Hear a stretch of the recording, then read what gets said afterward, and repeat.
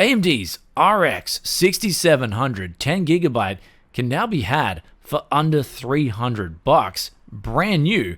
And at these prices, you're probably wondering, is this the mid-range graphics card to get? And here's where in today's video, we're going to be comparing this card versus the RTX 3060, RTX 3060 Ti, and also the RX 6700 XT and the RX 6600 to see where the value lines up on this GPU. Now, I actually bought this card in Australia right before I left for Japan, and I got this for an extremely good price for also under $300 US, which is currently where this card is sitting at. In fact, this model right here can be had for $280 off Newegg at this point in time. And there's also a few other models that are coming in at this price point. Now, let's get into the gaming benchmark numbers here, where I'm going to be focusing mainly on comparing this card versus the RTX 3060, which is coming in at a similar price point from Nvidia.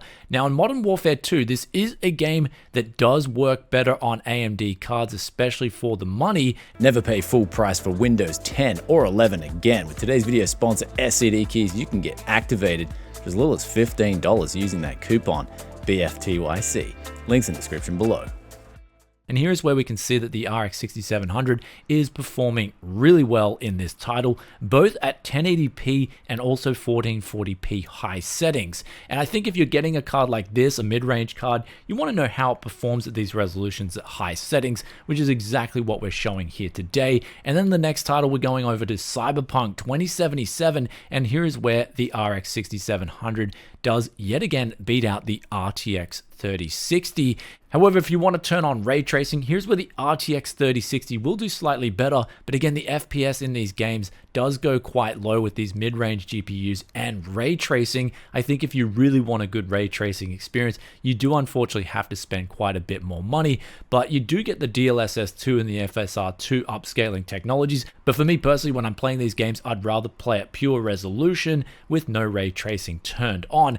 That being said though, let's go over to an Nvidia favored title, Plague Tale Requiem, and here's where we scored a tie with the RX 6700 versus the RTX 3060 at both 1080p and 1440p. Then moving on to Spiderman Miles Morales, here's where the RX 6700 does edge out the RTX 3060 in both 1080p and 1440p. However, it does perform a little bit better in comparison at 1440p, meaning if you like this resolution, you're going to get more bang for your buck on the AMD variant versus the Nvidia variant, which if you want to go with Nvidia, especially the RTX 3060, is going to work better in terms of not losing as much FPS at 1080p full HD resolution. The last title we are pulling up here is Far Cry 6.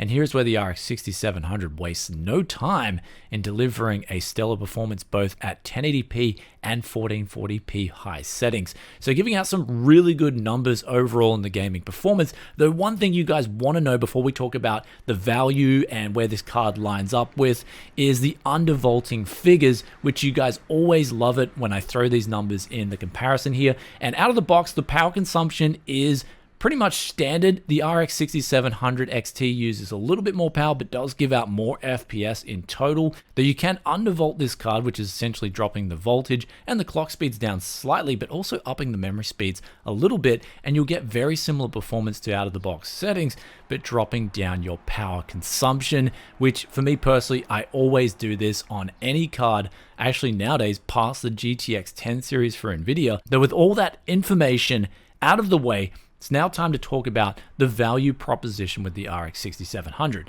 Now, one thing I'll talk about is straight away, we're talking about VRAM quite a lot since it is a big topic.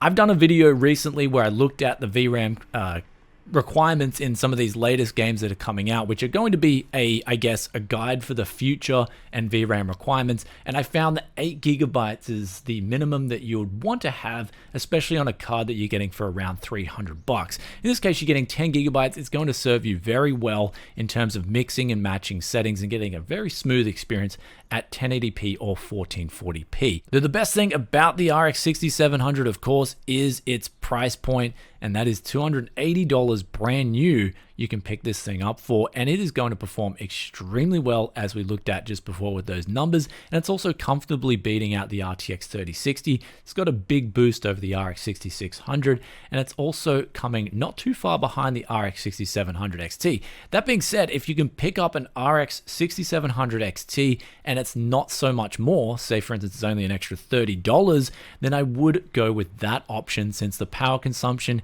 is very similar versus the FPS, and also you get an extra 2 gigabytes of VRAM. So it's basically in a really good spot. I would say if you're looking for a card around this price point, just check the prices of the RX 6700, check the prices of the RX 6700 XT, and also the RTX 3060 to see which is the best deal you can get at the time, which is something that I always recommend here at Tech Yes City. And it's not so much getting a mindset that's just asphyxiated on one product. Just check out what products are out there and always get the best deal that works for you. And this is, I'm happy to say, is another card that's coming into the mix that's going to offer a great option for people who are just looking around for the best value. So extremely impressed with this card. In terms of the noise and also the temperatures, they were absolutely fine. Of course, again, if you want to undervolt the card, you are going to see even better performance in terms of thermals and noise out of this particular model. And then looking at the rear of the card, it has 3 display outs as well as 1 HDMI. Now, in terms of the card itself, it's got a simple black aesthetic, looks really nice, single 8-pin connector, backplate included, and is a fraction bigger than the 2-slot requirement, so it will fit in a lot of cases with ease, and it will be a really nice card for the money. Anyway, guys, I've said that enough in today's benchmark comparison. I hope you enjoyed the Tech Yes look at the RX 6700. If you did, then be sure to hit that like button for us. But more importantly, let us know in the comment section below, what do you think of this GPU right here? Would you get this, or would you get some of the other GPUs we mentioned in today's video?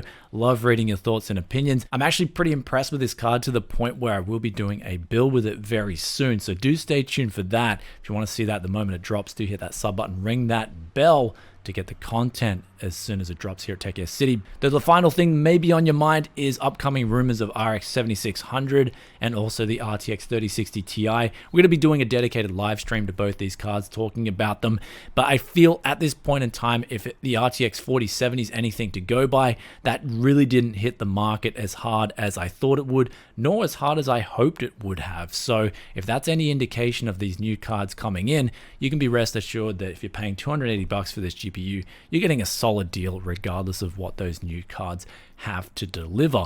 Anyway, guys, I'll catch you in that next tech video very soon.